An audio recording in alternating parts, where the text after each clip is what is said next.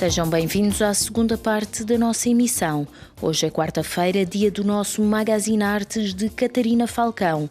Mas já de imediato fico com o convidado de Miguel Martins, que é o diplomata angolano Gilberto da Piedade Veríssimo, presidente da Comissão da Comunidade Económica dos Estados da África Central. E em foco está a crise no Chad. Ouçamo-lo. Convidado. O Chad preocupa a Comunidade Económica dos Estados da África Central, a CAC.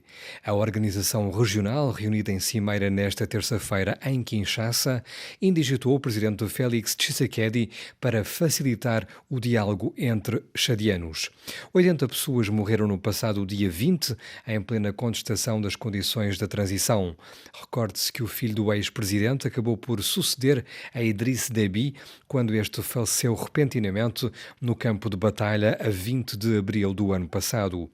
O general Mahamat Idriss Déby, que tinha acabado de prolongar por mais 2 anos a transição rumo a eleições, facto contestado por vários setores da sociedade chadiana. O diplomata angolano Gilberto da Piedade Veríssimo é o presidente da comissão da CAC. Este apresentou nesta terça-feira aos chefes de Estado o seu relatório sobre os acontecimentos de dia 20 deste mês, tendo-se previamente deslocado ao Chad.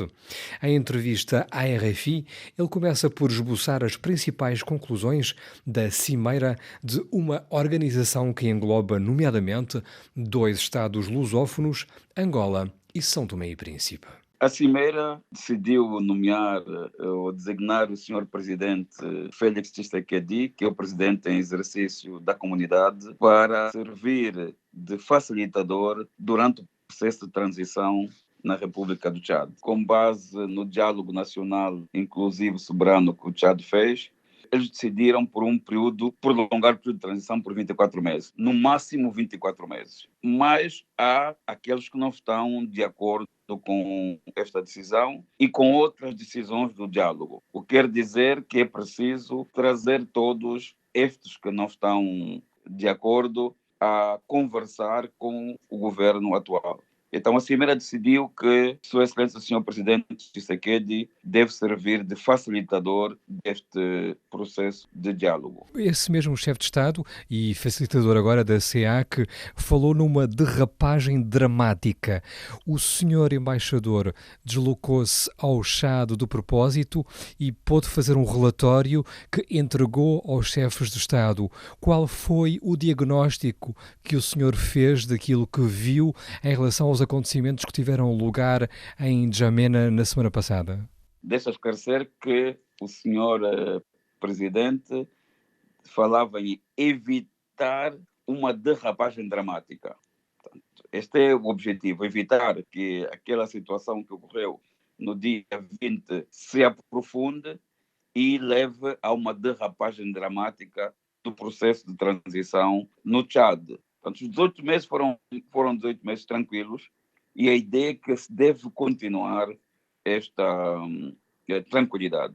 Eu estive no Chad, de facto, enviei primeiro uma equipa no dia 21 para ter uma ideia mais clara do que é que tinha acontecido no dia 20 e no dia 22 eu mesmo fui ao Chad constatar o que tinha acontecido e apercebi-me que tinha havido uma situação que, pessoalmente, não vou considerar aquilo uma marcha, porque não houve marcha.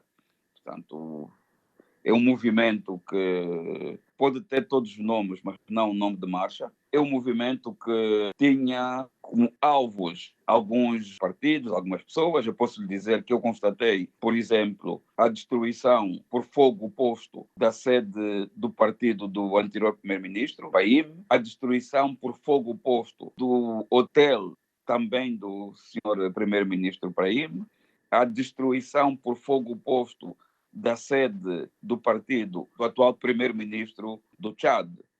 Assim também como foi lançado fogo a um comissariado de polícia, onde queimaram algumas viaturas da polícia e mesmo uma parte do comissariado da polícia que apagou fogo. Pude também constatar, porque me tinha sido dito que a sede do Partido Transformador tinha sido vandalizada e destruída. Foi assim que me disse o senhor presidente desse partido.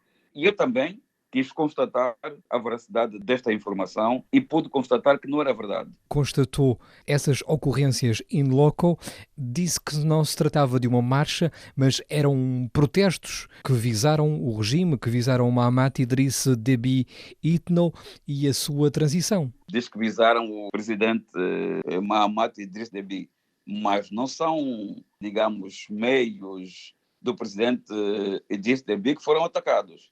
Portanto, foram atacados a sede de outros partidos, não o partido do presidente Idriss Déby. Ele não era o único alvo, se é o caso. E eu posso dizer que não se pode considerar uma marcha por isso. Portanto, como é que justifica numa marcha destruírem a sede de um partido que nem sequer é o partido do presidente? Realmente há muitas dúvidas em relação a uma eventual ideia de marcha. Ou seja, a situação é confusa, a situação ficou confusa sobre o que terá acontecido mesmo naquele dia 20, sobre a identidade das pessoas que estariam nas ruas e também sobre a repressão. Não sei se pode considerar uma situação confusa, porque houve alvos determinados. O que eu posso considerar é que foi algo predeterminado. Não foi nada espontâneo. Foi algo predeterminado, porque aquilo que foi atacado é relacionado com pessoas ligadas ao partido, ligadas ao processo de transição, e que decidiram abraçar o processo de transição. O presidente Paime, que não é do partido do presidente Idriss Déby, portanto, sempre foi um opositor, mas decidiu abraçar o processo de transição. Agora o atual primeiro-ministro também não é do partido do presidente Idriss Déby, também sempre foi um opositor, mas decidiu abraçar a transição. E todos aqueles, fico a pensar, que decidiram abraçar a transição, passam a ser alvos destes que não aceitam a transição. Houve ocorrências de feridos, as autoridades acabaram por fazer vítimas durante a repressão dos protestos? Sim, a informação que eu recebi é que sim. É que, portanto, há vítimas entre polícias, cerca de 15 polícias que morreram. Portanto, quando se fala do número de mortos, é preciso considerar que entre estes mortos há polícias, entre estes mortos há manifestantes, há simples cidadãos que passavam e também cidadãos cujas lojas foram vandalizadas por esses manifestantes. Portanto, chegamos a uma cifra rondando os 50 mortos, não é? No total, cerca de 80 mortos. Portanto, 50 mortos são em N'Djamena e nas outras 3 localidades o total de mortos são cerca de 30 mortos. Então, no total são 80 mortos e cerca de 100, 200 feridos. É o resultado desta situação. Mahamat Idriss Déby Itno esteve presente na Cimeira de Kinshasa. Ele pôde exprimir-se perante os seus homólogos e reagir em relação à situação? Sim, ele esteve na Cimeira de Kinshasa, da mesma forma que esteve o presidente Sassou Nguesso, da República do Congo, o presidente Arcanjo Touadéra, da República Centro-Africana, o vice-presidente do Burundi, a primeira-ministra e chefe do governo do Gabão, o ministro de Estado para a Integração Regional da Guiné Equatorial, o ministro das Relações Exteriores de Angola, o ministro delegado, digamos, secretário de Estado dos Camarões. Portanto, só não esteve presente a esta reunião o Ruanda e a República Democrática de São Tomé e Príncipe. E o presidente Idriss Déby, de facto, depois de eu apresentar o meu relatório, preciso que se diga que o meu relatório não teve a ver só com esse acontecimento, porque também é preciso que se diga, a reunião não foi convocada em função destes acontecimentos. A reunião tinha sido convocada já porque tinha chegado ao fim do prazo da transição. A reunião tinha sido convocada para o dia 22 de outubro, no formato de videoconferência, para apreciar um processo de transição que teria terminado no dia 20 de outubro. Portanto, houve uma reunião no início, dia 4 de junho de 2021, e convocou-se essa reunião para o fim do processo a 20 de outubro de 2022, porque o processo terminaria, os 18 meses terminaria no dia 20. Os acontecimentos do dia 20, o que é que deram origem? A alteração do formato, que deixou de ser por videoconferência, de ser reunião física, e também passou do dia 22 para o dia 25. Portanto, não há uma relação direta entre esta reunião e os acontecimentos do dia 20. Eu acho que isso era muito importante esclarecer. Mahamat Idriss Déby Itno fala numa insurreição minuciosamente preparada com o apoio de potências externas. Foi isso que ele reiterou em Kinshasa? Sim, o Sr. Presidente reiterou isto, mas pronto, essa é a posição do Sr. Presidente e os outros chefes de Estado não desenvolveram a discussão à volta disto. Agora, é preciso entender algo, é que na véspera, no dia 19, houve uma posição de um partido político que dizia que dia 20 haveria de tomar o poder e pedia o apoio da União Africana, das Nações Unidas, da CAC, para defenderem o povo tchadiano.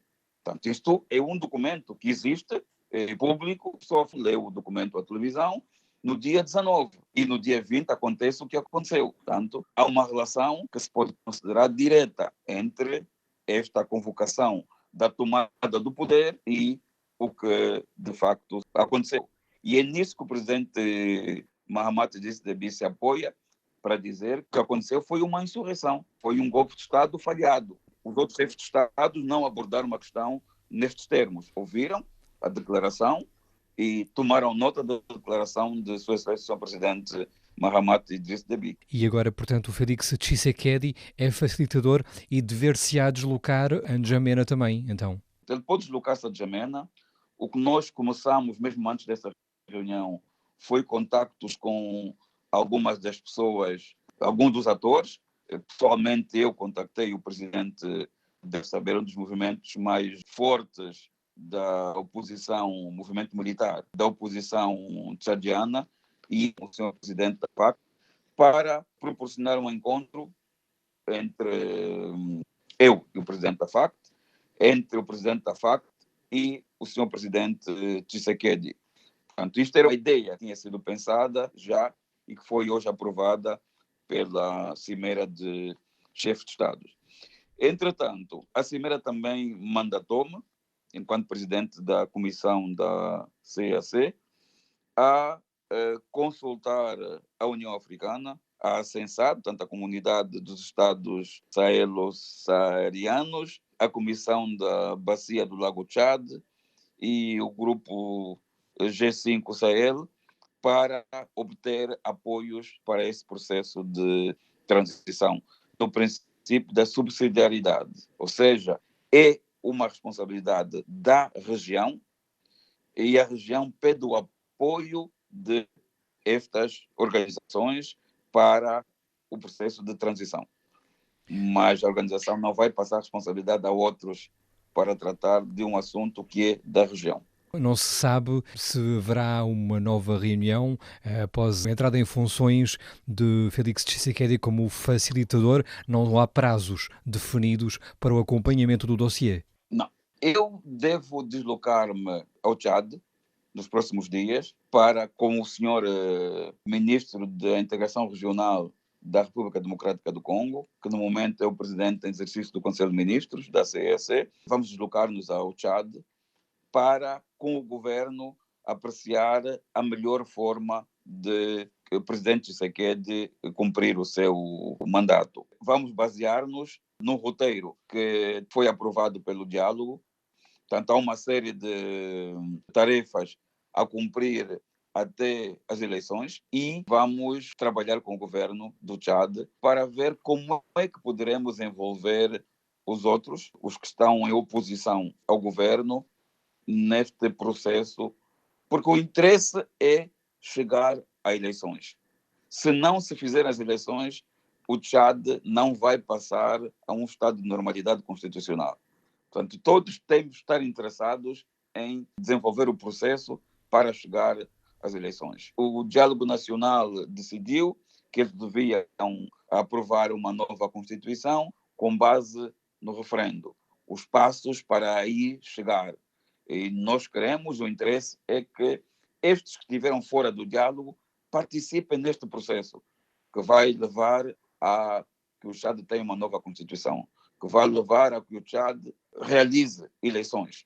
Eleições que devem ser livres, justas, para, de facto, que haja um presidente eleito de forma normal. Era Gilberto da Piedade Veríssimo, presidente da Comissão da Comunidade Económica dos Estados da África Central, que nos falava a partir de Kinshasa.